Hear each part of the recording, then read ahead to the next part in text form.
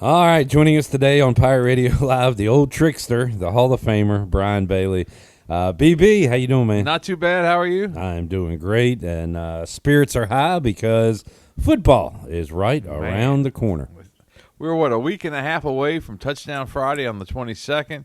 The 28th, of course, is the ECU NC State game, and, man, it's just a great time of the year to get ready. And then we'll be partying the Thursday after the season opener at the State Theater, Pirate Radio football kickoff party. So we celebrate the return of football and the return of football. And we should. Yeah, we should. We made it another year around the God. sun, and especially me. Thank God, Bailey. Yeah, we were glad you got a health check with you. You're doing good there, right? Good. Yeah, man. Right now everything's good. That's awesome. Keep holding your breath. Yes, sir. Yes, sir. Yeah, it's fine. But yeah, it was fun last Monday to be at Parker's talking to the high school coaches from the Big Carolina 3A, 4A as they get ready to. Not 3A, 4A anymore. Remember they changed all that stuff? The Big Carolina, which is all what? It's still the Big Carolina, but now it's the Big Carolina 6A, 7A. Oh, that's right. I had you worried, didn't I? I thought you had a look on your face like, what are you talking about? Well, I thought why are you screwing me up? There were still different classifications, but you're right. I forgot the numbers changed. Yeah, numbers changed. Yeah. So it goes 1 through 8 now. 1 through 8. We don't have any 8As in the area. New Bern, South Central, and Conley, I believe, are the 7As. So who's 8? Like Charlotte? Charlotte teams, some of the Raleighs maybe. Yeah. Maybe a Greensboro or two, but.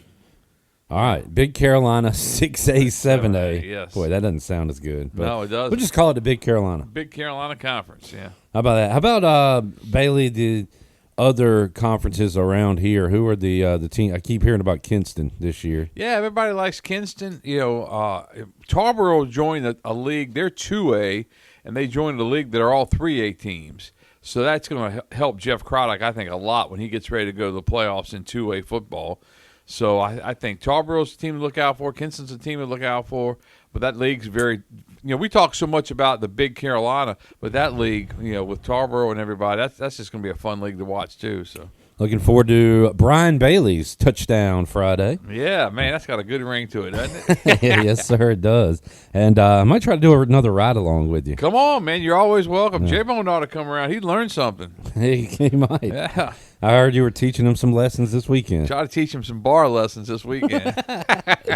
We were out at the scrimmage, the end of the scrimmage. We didn't get to see any of it. Maybe Bailey did because he's an insider. I got to see a little bit, but I didn't see a whole lot. I mean, I got out there about 9:30. I got there about 45 minutes before we were supposed to, just to kind of see what I could see, but I didn't see anything great. Well, according to sources, the narrative that we're putting out, it seems to be true at this point, where the offense looks really good and the defense is a little behind the offense. Would you agree with that? I think so. What I saw some of the same things. I mean, I think that the offense is ahead of the defense, which is usually not the case. Usually the defense is ahead of the offense.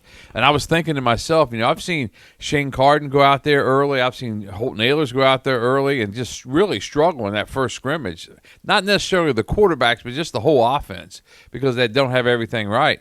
But I think the offense shined in this first scrimmage, and I think the defense, they'll catch up, I think. And they've got some parts that they're still looking at and they've got some position battles still going on. It'll be interesting to see how that all plays out. But they got a lot of work to do, though, before the 28th. One of the gadgets, the weapons we're excited to see this year, what are they going to do with newcomer Mike Wright, who transfers in? And I understand they got him at some different spots, including maybe some special teams, perhaps. I think, and the thing with Mike Wright, it's all under wraps. I mean, they really want to try to keep whatever they're going to do with him, and I'm not quite sure what all they're going to do with him.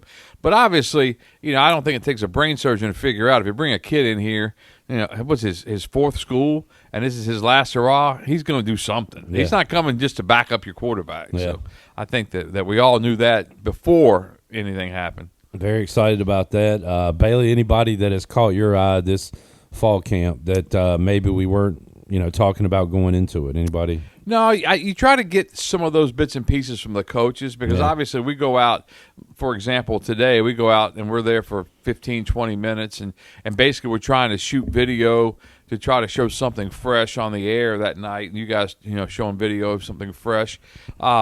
But I'm interested to see how the running back group goes. Yeah. I mean, I really think that that they've got some really good players in that running back room and the wide receiver room. I mean, I just think at some point, do you run out of footballs? Are there enough footballs for everybody to be happy?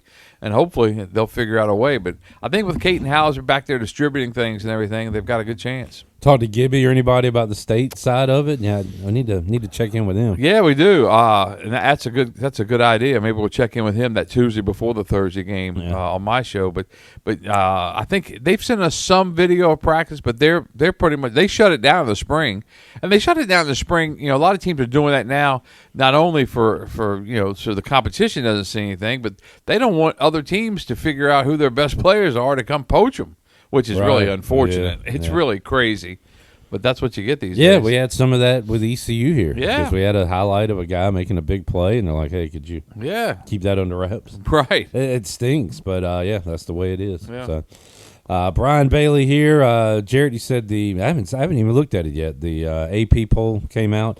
One omission is BYU, and talked to Jeff Nadeau about BYU the other day, and he kind of said the writing was on the wall here, losing the quarterback. He said, they're in the coaches poll, but I don't think they'll be in the AP poll, and that was the case today. They're essentially like 26th. Okay. I thought they'd be ranked. Receiving the most other votes. Yeah. Any AAC teams receiving votes? Tulane 23, Memphis 9, Navy 5, Army 2. Okay.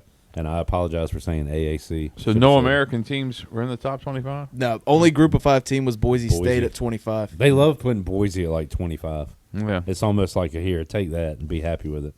But we will see, will they again be the team in the playoff, or could it be a team from the American this year? Or could it be a team from Greenville? Could it be a team from Greenville, North Carolina? Wow. Wouldn't that be fun? That would be so much fun. ECU at Clemson or something. Wow. Started that out. would be awesome. Death Valley, playoffs. Playoffs, yeah. And last year, Boise, got the bye, right?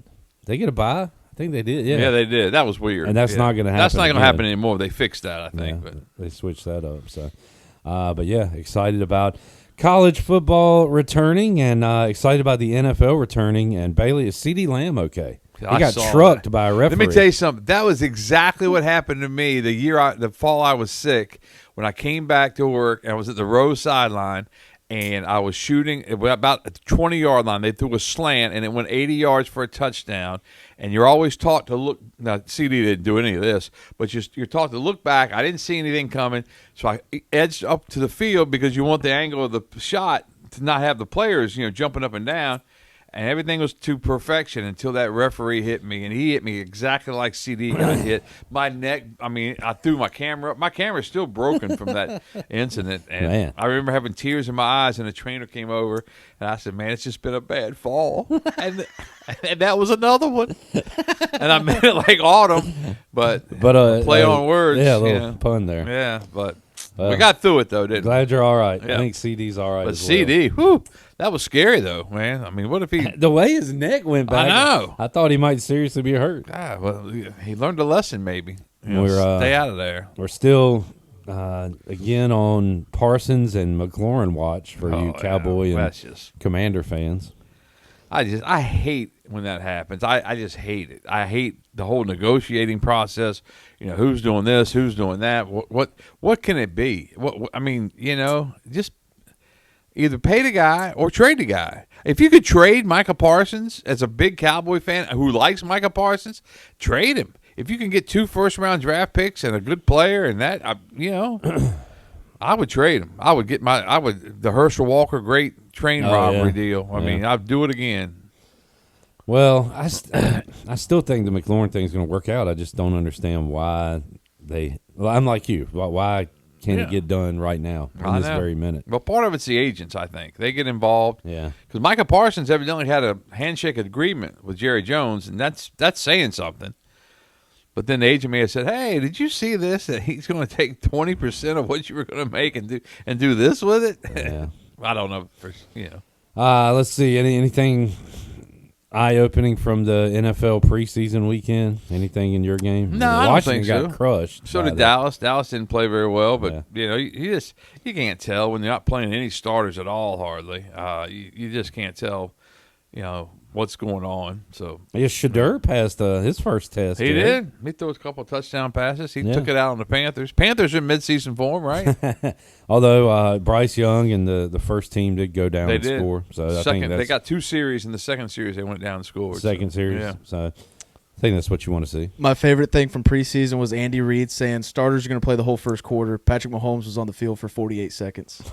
That was the best. Not all starters, I guess, in that case. Jarrett's Raiders get a tie. That's lame. Yeah, but that is lame. Not a Even loss. in the preseason, that's lame. Not every team can't lose. Dude. I mean, Commanders get crushed, Cowboys get crushed, Panthers get crushed. Raiders, they get a tie. They get a tie.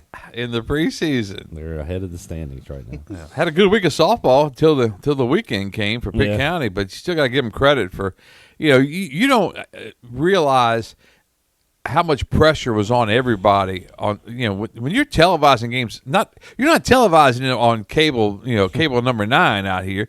You're on ESPN. You're on national television, and I give them a lot of credit for doing what they did.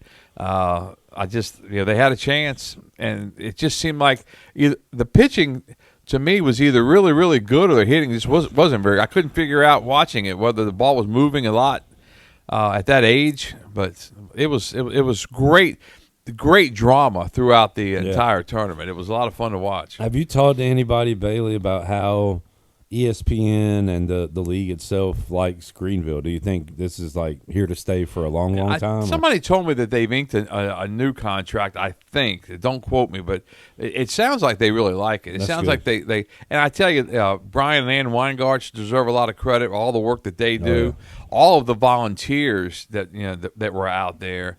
And they just make it like a really neat atmosphere for the girls with the big board up, and they put their team up, whenever they advance. And so many, I took Bella out there on Friday night just to walk around and see everything. And we walked up to the Rawlings booth. Rawlings had a big booth, all these pretty colorful gloves, right? So there was one glove that was purple, and it was inside the glove, I think it was pink. And those are Bella's 2 favorite colors. So my thinking was, she could probably use a new glove. She plays in the special needs league, and she likes it. So if that glove's, reasonably priced, I'll get it for her. Here we go. So I thought $45, $50. You know how much that glove was? Did you we wanna hit triple take a digits? guess? Oh, 120. $285. Whoa. $285. I said, do you Did send it come somebody with a $100 bill? Do you Yeah. send somebody to catch with it? Yeah, really.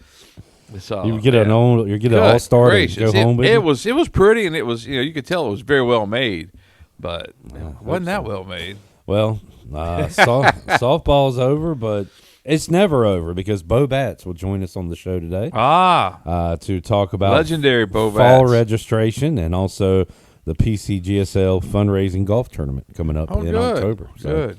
I did a story last week on the 25th anniversary of the first Babe Ruth team that won the World Series. That was Babe Ruth because Caitlin was on it, so I knew all the girls, and I coached most of them. But that was a lot of fun. They had like 3 lawyers on that team. Sam Murad's in Greenville. She's a lawyer in town. She joined me for an interview. Tiffany Shaw, one of my favorite all-time players, and her family's just like family to me. But she joined me, and I interviewed Caitlin for the piece as well, and it turned out pretty good. So it's awesome, man. I don't remember the exact year. Maybe you do, Bailey. But when the Sarah Law Complex became a thing, and Winterville kind of became the hub for softball. Yeah, it seems like in Eastern North Carolina. It was when Caitlin was playing. I forget which year it was, but it was back then when she was playing, and we played one of the first games out there. I remember that. Yeah, awesome stuff. Brian Bailey joining us. The Brian Bailey Show now Tuesdays at noon. At noon. Who we got coming up on John Tuesday? David Baker, offensive coordinator. He'll join us, so we'll check out JDB and see how the offense is rolling. Had a big day on Saturday, but they really don't. They don't want to get all the information out there because it's NC State. That's somebody else said that this past weekend. So I wish we were playing somebody else and we have more information that we can give people. But they're trying to keep a lot of stuff under wraps, and you understand that. State's not coming out with anything. So, how about you, Bailey? You get to the prefer ECU to play, an Elon, as Tony Collins would say, week 1, or do you like going right there? I like the NC State's. I think that would be a great game to play every year. to I'll tell you open what, up it the will season. motivate your guys to, Yeah, I hey, think, no messing around. Yeah, you look at it and you're like, hey, we know that's going to be a really difficult football game. And I think that, when you look back at the bowl game and what all went on at the end of the bowl game with the big fight, and, people, I told Coach Harrell that I'm going to break that video out pretty soon. He goes, I bet you are. I asked Blake Harrell, when do you start focusing on state? He says he sounds like they got one more week of They got a camp. scrimmage Friday night. Yeah. I guess they break camp after that. We got media day Saturday, and then they'll have, I think they go into their state preparations after that. So good stuff. Well, Bailey, looking forward to Tuesday with John David Baker, and starting next week, Bailey will join us on Tuesdays on Pirate Radio Live. So looking forward to it. BB Tuesdays. Yeah, there you go. All right, good stuff, man. Thank you, sir.